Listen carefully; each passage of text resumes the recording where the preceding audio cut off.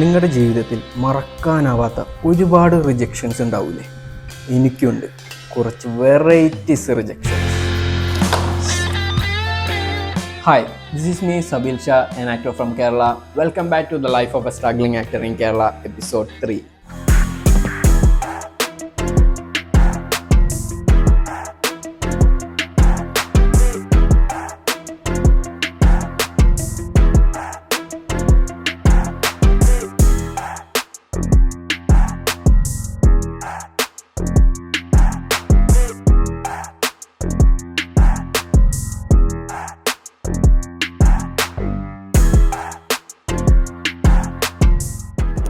നമ്മുടെ ആദ്യത്തെ variety rejection സംഭവിക്കുന്നത് നാട്ടിൽ വെച്ചാണ്. പക്ഷെ അതിൻ്റെ കണക്ഷൻ സംഭവിക്കുന്നത് ദുബായിൽ വെച്ചാണ്. അതായത് ഞാൻ ഫസ്റ്റ് എപ്പിസോഡിൽ പറഞ്ഞിട്ടുണ്ട് എനിക്കൊരു വെബ് സീരീസിൻ്റെ കാര്യം ദുബായിൽ വെച്ചിട്ടുള്ളത്. അപ്പോൾ ആ വെബ് സീരീസിൻ്റെ സമയത്ത് ഒരു മ്യൂസിക് വീഡിയോ ചെയ്യണുണ്ടായിരുന്നു. ലൈക്ക് നയൻതാരയുടെ ബർത്ത്ഡേ ആയിരുന്നു. അപ്പോൾ പുള്ളിക്കാരിക്ക് വേണ്ടി ട്രിബ്യൂട്ടായിട്ട് ചെയ്യുന്ന ഒരു മ്യൂസിക് വീഡിയോ ഉണ്ടായിരുന്നു. നമ്മുടെ മറ്റേ പാട്ടില്ലേ, ഓൺ ദ ഫ്ലോ ബേബി, ആ പാട്ടായിരുന്നു. അപ്പോൾ അതിൻ്റെ ലിങ്ക് ഞാൻ കിട്ടണമെങ്കിൽ ഞാൻ കൊടുത്തേക്കാം ഡിസ്ക്രിപ്ഷനിൽ. ആ വീഡിയോ നിങ്ങൾ കണ്ടു. അപ്പോൾ ആ സമയത്ത് ഒരു പ്രമുഖ പ്രൊഡക്ഷൻ കൺട്രോൾ നാട്ടിൽ നിന്ന് വന്നിട്ടുണ്ടായിരുന്നു.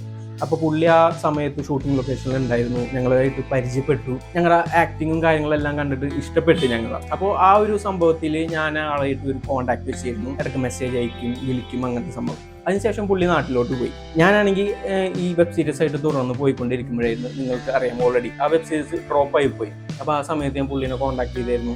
ഇതിൻ്റെ കാര്യങ്ങളൊക്കെ ഞാൻ പറഞ്ഞിരുന്നു. എന്നിട്ടാണ് ഞാൻ തീരുമാനിച്ചത് റിസൈൻ ചെയ്ത് നാട്ടിൽ പോവുക, അവിടെ സെറ്റിലായിട്ട് അവിടെ ബാക്ക് ടു നമുക്ക് ആക്ടിങ്ങിലോട്ട് നോക്കാമെന്നുള്ള കാര്യം. അപ്പോൾ പുള്ളിക്കാരൻ്റെ അടുത്ത് പറഞ്ഞു, ഞാൻ നാട്ടിലേക്ക് വരുന്നുണ്ട്. പുള്ളി പറഞ്ഞു, ആടാ നീ വായോ, എന്തായാലും നല്ല തീരുമാനമാണ്, എന്തായാലും പാഷൻ്റെ പിന്നാലെ പോണതാണ് ഏറ്റവും കൂടുതൽ നല്ലത്. അപ്പോൾ നാട്ടിലോട്ട് വായോ, ഒരു പരിപാടി ഉണ്ട്, നാട്ടിൽ വന്നിട്ട് പറയാമെന്ന് പറഞ്ഞു. ഞാൻ പറഞ്ഞു ഓക്കെ. അപ്പോൾ ഞാൻ അങ്ങനെ നാട്ടിലെത്തി. എല്ലാവർക്കും അറിയുന്ന പോലെ കല്യാണം കഴിച്ചു. ഒരു 2 ദിവസം കഴിഞ്ഞപ്പോൾ ഞാൻ പുള്ളീനെ വിളിച്ചു.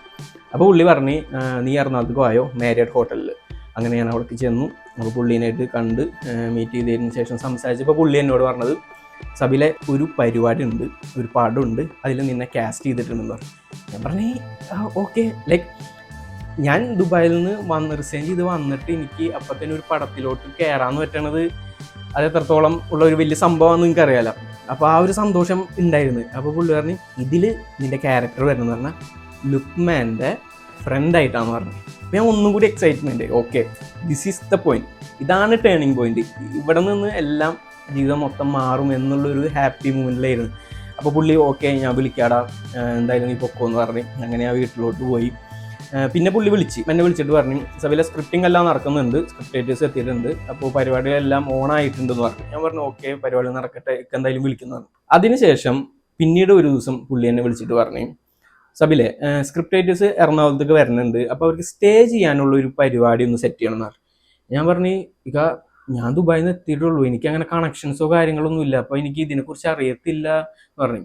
ആണോ, എന്നാൽ നീ ഒരു കാര്യം ചെയ്യ്, ഞങ്ങൾ സെറ്റ് ചെയ്തുകൊണ്ട് സ്റ്റേ കാര്യങ്ങൾ, നീ അതിൻ്റെ ഒരു പൈസ കൊടുത്താൽ മതി, ഒരു 25,000 രൂപ കൊടുത്താൽ മതി. ഞാൻ പറഞ്ഞു 25,000 രൂപ, ഈ 2,000 എന്നൊക്കെ പറഞ്ഞ പോലെ 25,000. ഞാൻ ദുബായി പോയി പണി എടുത്തിട്ട് ആ പൈസക്ക് ഞാൻ വന്ന് കല്യാണം കഴിച്ചു. പിന്നെ മേരെ പാസ് കുച്ച് നെഹി ഹേ, പൈസ കഥം, ഇനി ജീവിക്കാനുള്ള മാർഗങ്ങളും കണ്ടെത്തണം, ഇതിന്റെ പിന്നാലെ നടക്കാൻ വേണം. ആ സമയത്താണ് പുള്ളി എന്നോട് പറഞ്ഞത് 25,000 രൂപ തായോ, ഇവരുടെ റെന്റും കാര്യങ്ങളും ചെലവ്. അപ്പൊ ഞാൻ വെച്ച് ഞാനെന്താ പ്രൊഡ്യൂസറാ, ഇവർക്ക് പൈസ കൊടുത്ത് ഇവരെ കൊണ്ട് ഇരിപ്പിച്ചിട്ട് ഞാൻ അഭിനയിക്കേണ്ട അവസ്ഥയാണോ എന്ന് ചോദിച്ചു. ഞാൻ ഇക്കടുത്ത് പറഞ്ഞു, എൻ്റെ ഇല്ല, പൈസ ഒന്നും ഇല്ല, എനിക്ക് അങ്ങനത്തെ ഒരു അവസ്ഥയിലല്ല, ഇക്കാക്ക് ഓൾറെഡി അറിയാം എൻ്റെ കാര്യങ്ങളെല്ലാം, ഞാൻ റിസൈൻ ചെയ്ത് വന്നതൊക്കെ അറിയാം, എന്നിട്ട് പിന്നെ ഞാൻ എങ്ങനെ പൈസ ആയിരുന്നു ചോദിച്ചു. അപ്പോൾ പുള്ളി ഇത്ര നാളും സംസാരിച്ച പോലെ ആയിരുന്നില്ല പിന്നെ സംസാരിച്ചത്. പുള്ളി പറഞ്ഞു, സബില അങ്ങനെ പറഞ്ഞാൽ എങ്ങനെ, നിനക്ക് നല്ലൊരു റോളല്ലടാ വന്നേക്കണേ, അപ്പോൾ പിന്നെ അതിൻ്റെതായ സാക്രിഫൈസ് നീ ചെയ്യണം, കാശ് ചിലപ്പോൾ തരേണ്ടി വരും എന്ന് പറഞ്ഞു. ഞാൻ പറഞ്ഞു എൻ്റെ ഇല്ലാന്ന് പറഞ്ഞു. അപ്പോൾ പുള്ളി പറഞ്ഞു, നീ നോക്കിയിട്ട് വിളിക്കാൻ പറഞ്ഞു. നമ്മുടെ ഇപ്പം ഇറങ്ങിയ സർക്കിട്ട് പടമില്ലേ, ആസിഫ് ഖാൻ അഭിനയിച്ച്, അതിൽ പുള്ളിക്ക് ജോലി തരാമെന്ന് പറഞ്ഞിട്ട് മാനേജർ വിളിക്കൂല, ഇന്ന് 5 മണിക്കുള്ളിൽ തന്നെ നീ കാശ് എത്തിക്കണം, എന്നാലും നിനക്ക് ജോലി കിട്ടും, ഇനി ഞാൻ അങ്ങോട്ട് വിളിക്കത്തില്ലട്ടാ എന്ന് പറയണ ഒരു മൂഡ് തന്നെയായിരുന്നു ഇവിടെ. പുള്ളി വീണ്ടും വിളിച്ചിട്ട് പറഞ്ഞു, സബിൽ എന്തായി, കാശ് എന്തായി, റെഡിയായ, റോള് വേണ്ട, നിനക്ക് ഇത്ര ഉത്തരവാദിത്തം ഇല്ലാതെ കാണിച്ചാൽ എങ്ങനെ ശരിയാവും എന്നൊക്കെ പറഞ്ഞു. നിൽക്കേണ്ടതിൽ കാശില്ല, കാശ് തന്നിട്ട് എനിക്ക് റോള് കിട്ടണം എന്ന് പറഞ്ഞിട്ടുണ്ടെങ്കിൽ എനിക്കറിയത്തില്ല, പക്ഷേ എൻ്റെ കാശില്ല. അപ്പോൾ പിന്നെ പറഞ്ഞു, എന്നാൽ നീ ആ റോൾ അങ്ങോട്ട് മറന്നേക്കെന്ന് പറഞ്ഞു.